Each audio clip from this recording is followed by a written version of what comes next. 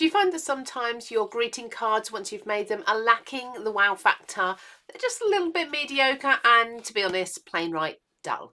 Well, I'm going to show you 5 tips for bearing in mind when you're creating wow factor cards. These are going to be those mantelpiece cards, the ones that people hold on to for years to come. And you can take something like this into something that's absolutely beautiful and you almost don't want to give it away. As always, if you find this video helpful, I'd love it if you could give us a thumbs up and subscribe to the channel to make sure you're kept up to date with all new videos. So today we're going to be creating a special 50th birthday card for 2 reasons. Firstly, it's a big birthday, it's a wow factor birthday, we want something extra special, so it's the perfect opportunity for me to show you these tips and tricks. But also because there's a brand new collection at CraftStash at the moment, and it's the wonderful Bagpuss, and Bagpuss is celebrating 50 years of Bagpuss. So happy 50th birthday Bagpuss, let's make a card for the occasion. First things first, we want to use top quality products. You know those products that you buy and then you put aside for special occasions? This is the special occasion. Get those products out. As you can see here with this card, the card base is actually bending slightly because the base isn't strong enough to hold up the card on its own. It kind of warps. It doesn't look of professional quality. I would definitely suggest a cardstock for your base that is at least 250 GSM. We've got some fantastic cardstock at CraftStash, Creative Craft Products brand. We have got the white super smooth at 300 GSM. We've got black cardstock at 260 GSM, and we've got a range of colours as well. These are all going to be absolutely perfect for hand making your card bases. This way you can make them any size to suit your focal point, which we'll come on to in just a moment. Now, when we're making our card base, and I say this if you're not already purchasing pre-made card bases, we need to score our line. Now, whatever you do, I would suggest do not just fold your card in half and press down with a bone folder. You're going to get all sorts of creases. It's not going to create the professional finish. You need to bring in your scoreboard. Use your scoring tool to create the perfect crease. And then the best way to fold this is not to simply lift up, but to fold under. That's going to give you a much neater crease line. Burnish that down with your bone folder and we have got the perfect strong crease there that looks professional. Now you can take a trimmer and again use a trimmer, not a pair of scissors, to cut off the excess and trim this down to size. When you're using your trimmer, make sure the blade is nice and sharp. You do replacement blades for the Creative Craft Products trimmer. As soon as this starts feathering, which for me, using it every day, usually takes a good month or 2, you can buy a set of 2 replacements really inexpensively, but it just makes your cards look so much more professional. Now I tend to cut myself a mat for my card. This is going to go on the front of the card. It's slightly smaller than the card base, and this is what I'm going to put all of my decoration onto. Again, I'm cutting it with a really sharp trimmer blade and just making sure that I've got a nice even border around. This is going to frame my card, and again it's going to strengthen the card as well, so it stands absolutely beautifully when it's on display.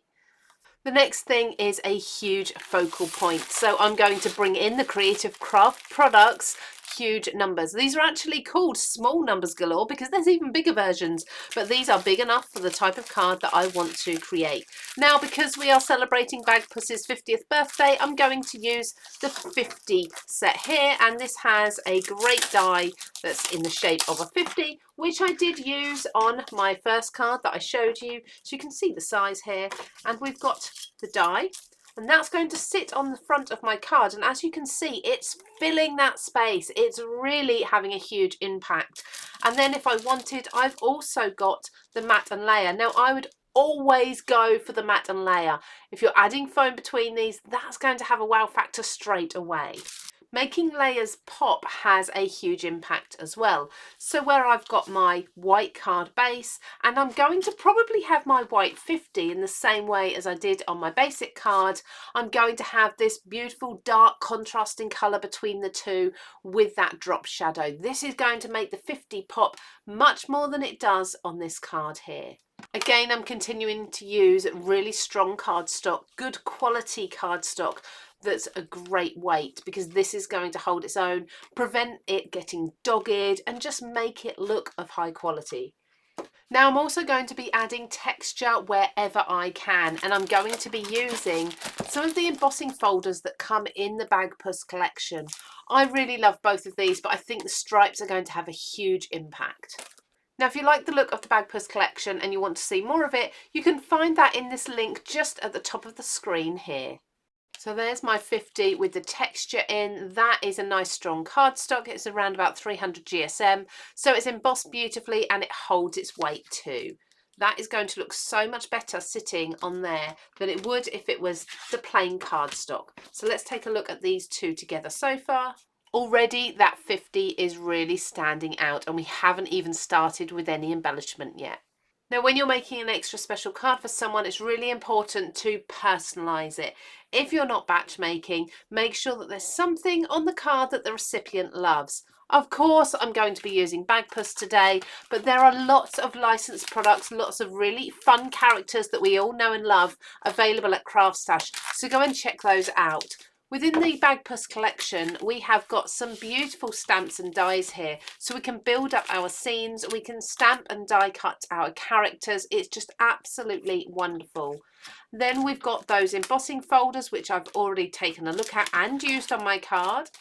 We've got some washi tape strips as well, all the fun designs and the typical colours for the Bagpuss characters.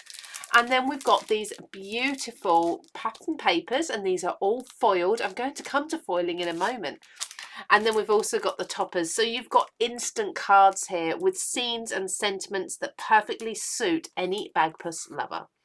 I'm going to be using this image here, so I'm going to stamp the Bagpuss character onto white cardstock and then colour that in using either pencil crayons or alcohol pens, whatever your preferred colouring medium is.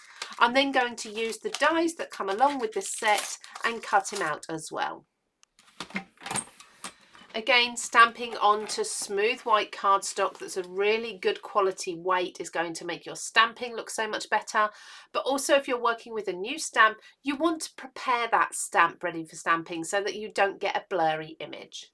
I'm just going to take a pencil eraser and just rub it over the surface of the stamp as I've not used this one before. This way, any of the coating that's on there from the manufacturing process is removed. And with a good quality detail ink, I should get the perfectly clear image.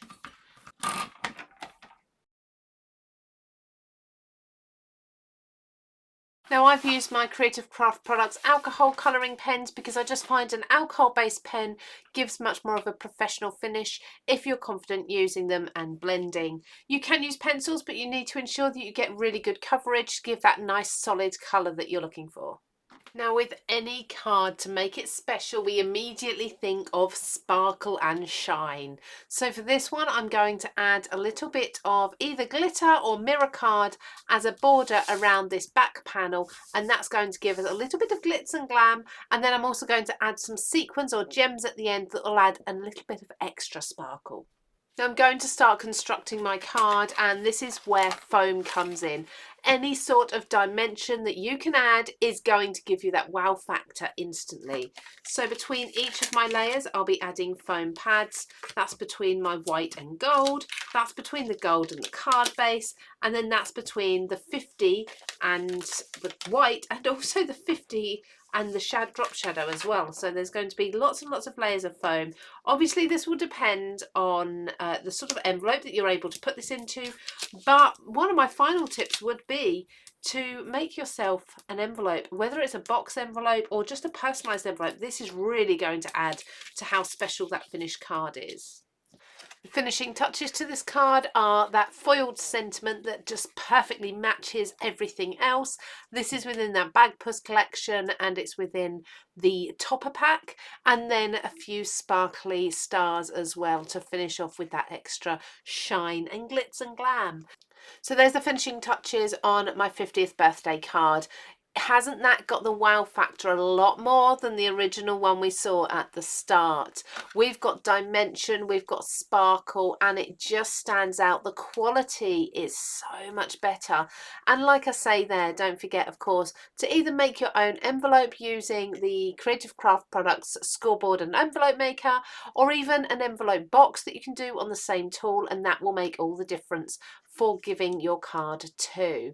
If you enjoy tutorials like this and tips and tricks, make sure you subscribe to the CraftStash YouTube channel. You can find the Bag Puss collection just up here, and we think you're also really going to like this video just here. Take care, everybody. We'll see you again very soon.